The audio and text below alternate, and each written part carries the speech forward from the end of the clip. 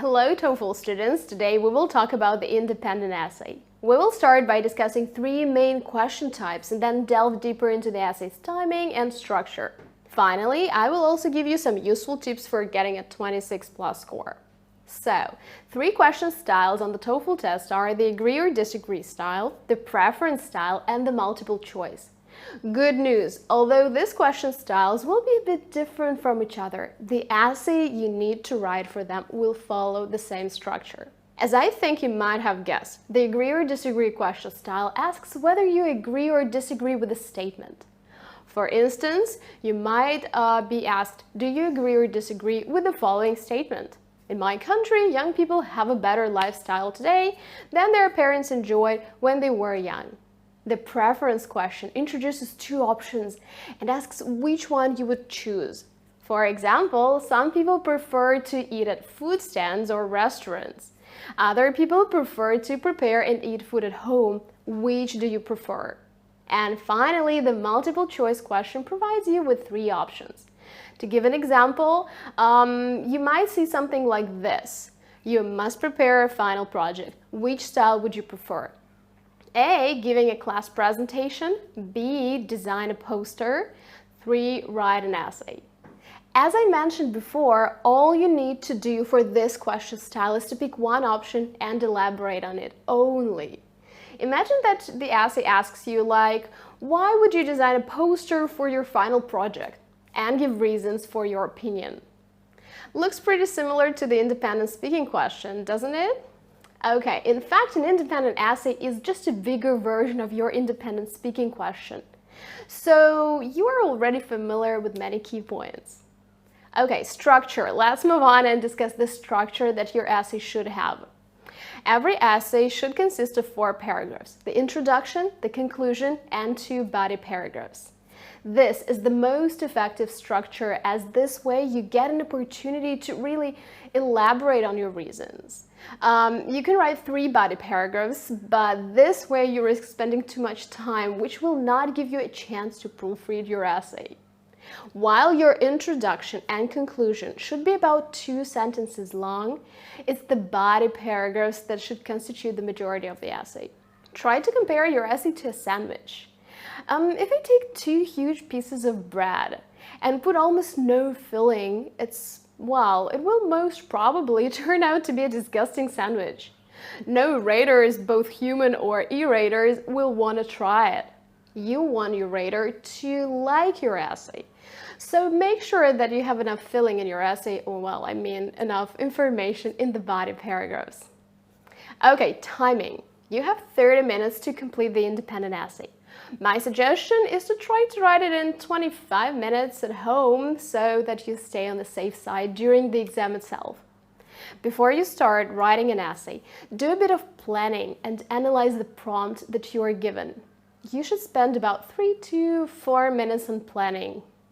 Let's imagine that your essay says some young adults prefer to live independently while some continue to live with their parents. What is your opinion? Read the task 3 times. This one seems easy, but you might get other prompts that are more difficult and lengthy. Then ask yourself, what's the general topic of this essay? What does it talk about? This one discusses young people and the choices they make. Finally, think about the specific topic of this essay. What are the 2 options presented? Every essay has 2 options that you can choose between. In our case, these options are to live independently or to live with families. Once you ask yourself these 2 questions, you might create a small plan. Like, for instance, should young people live at home or live in their families? Now, you should pick one option and come up with 2 reasons for it. For instance, I can choose that living alone is more beneficial. Why is that? Why would living alone be good for youth? Okay, I need to think of 2 reasons for this point of view. My reasons have to be simple and different from each other. Please choose the option that is easier for you to discuss, not the one that you truly believe is better. Remember, nobody will assess your opinion on TOEFL. All they need is a clear position and a good explanation. So I can say that young people who live alone will become more responsible. Secondly, living independently might also allow them to make more friends. These will be my 2 reasons. Later, I will need to explain them and to make examples, but for now, let's go on. So I created a small plan. Young people should live alone, as this way they. Point number 1, become more responsible. Point number 2, make more friends. Now it's time to start writing. Try to write for about 10-15 minutes non-stop. The rest of the time can be spent on proofreading. When you write, make sure you do not stop to check if your essay is grammatically correct or makes sense. What's important is to write at least something, as correcting is always easier than writing from the very beginning. You probably remember the sitting in front of the blank list, with no idea where to begin. So, first of all, write some drafts that you will later perfect. Okay, let's recap. As for timing, you spend 2 to 3 minutes planning. Then you write non-stop for about 10 to 15 minutes. The rest of the time you spend proofreading. Try to reread your essay at least 3 times. The first time you look at the content. Like you rewrite some sentences that sound clumsy or that do not really correspond to the essay topic. Then you read through the essay one more time, making sure that the vocabulary you use is appropriate. And finally, you check for grammar slips.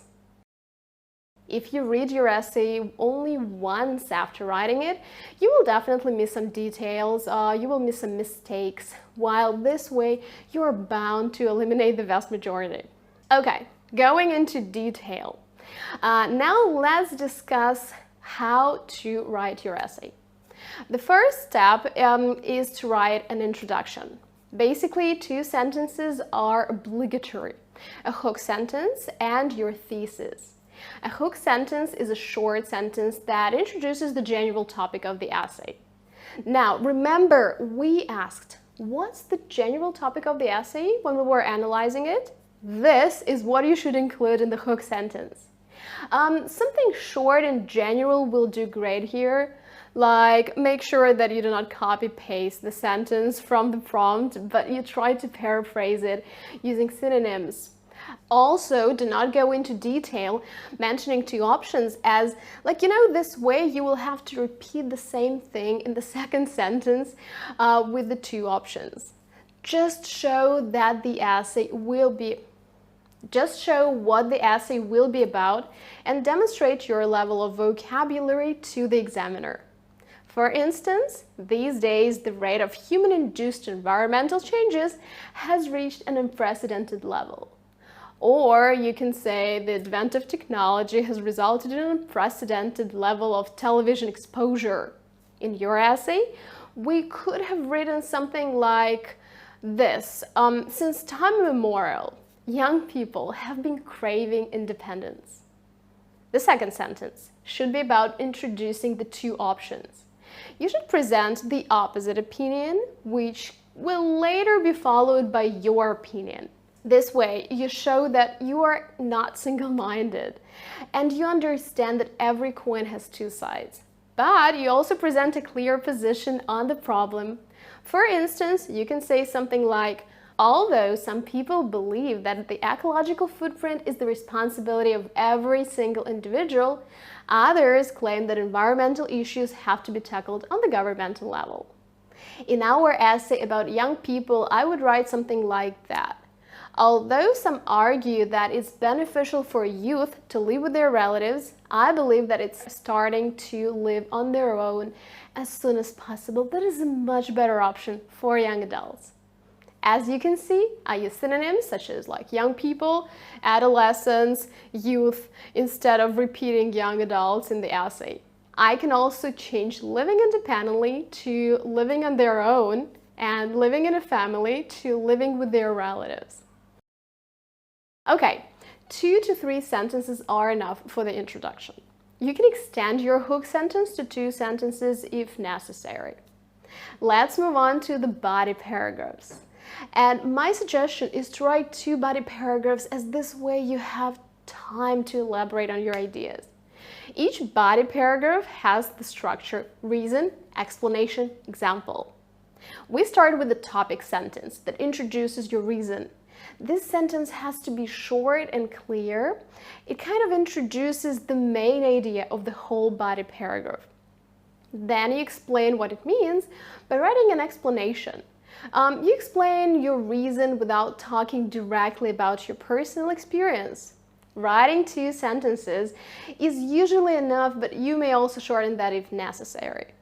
Then, you use the transition linking word or a sentence, such as to illustrate, for instance, for example, and give a personal example. This is usually an example from your experience or the experience of your friends or relatives that should illustrate your argument. You should make it about 3 to 5 sentences long, and try to use some details, as your example should prove your point. It should also constitute about 60% of your body paragraph. Okay, let's go on. All body paragraphs have the same structure. Let's repeat. It's reason, explanation, and example. To make your essay clear and concise, ask yourself the question why all the time. For instance, let's say your opinion is that young people should start living alone as soon as possible. Why? Why should they live alone? Your topic sentence will introduce your first reason and will answer this question. Young people should live on their own, as this way they become more responsible. Well, now, why will they become more responsible while living independently? You need to give an explanation. They will become responsible as they need to pay the bills, to make their own decisions, and so on.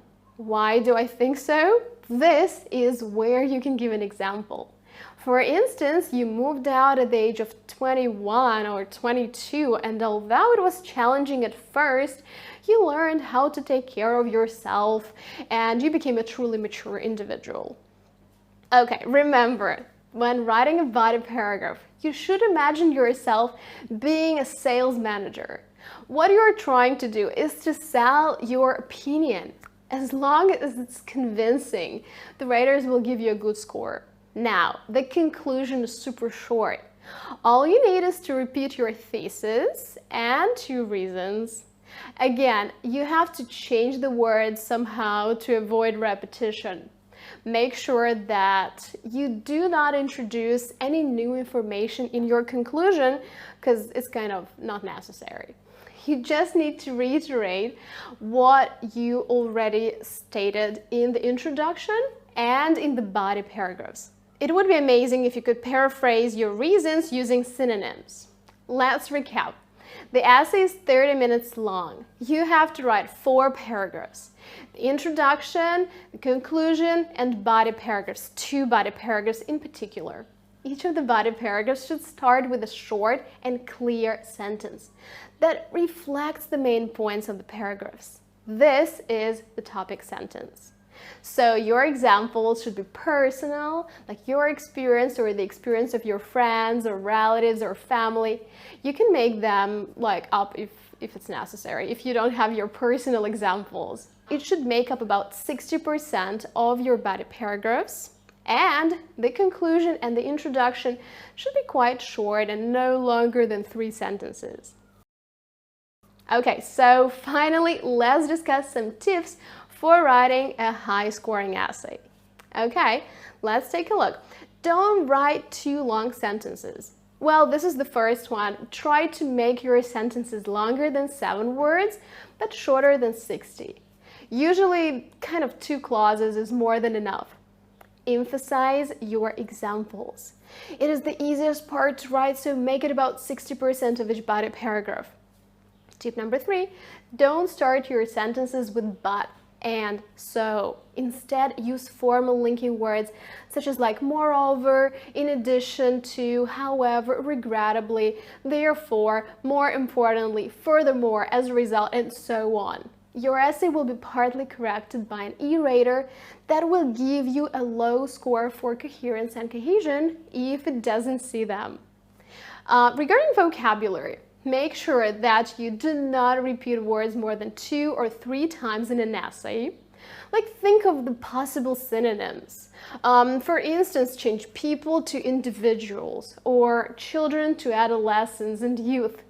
You can also check the keyword density on the wordcounter.net website. Also, don't use words that are too advanced. TOEFL raters are primarily looking for the accuracy of your vocabulary, so the primary goal is to use the words appropriately. Make sure you use common collocations instead. You will increase your score, and also this is going to help you to make fewer mistakes in your essays. At the same time, don't use too basic words like some, interesting, I don't know, thing, good, bad, nice. You can substitute good with positive or beneficial, and things can be changed to issues. Or even some more specific words depending on the context. Use specific vocabulary. There are many vocabulary lists on college life or employment on vocabulary.com. For instance, college vocabulary can include such words as majoring, peer-to-peer assessment, undergraduate, graduate, or PhD degrees, prerequisites, handing in assignments, dean, and so on. It's great to use at least 2 or 3 of them in your essay. Well, now we're at the end of this lecture. Please try writing several essays and see if you can stay within the time frame. Don't be afraid if it seems hard at first, because you will see that it will become easier with practice. I wish you the best of luck, and I'll see you soon. Bye-bye.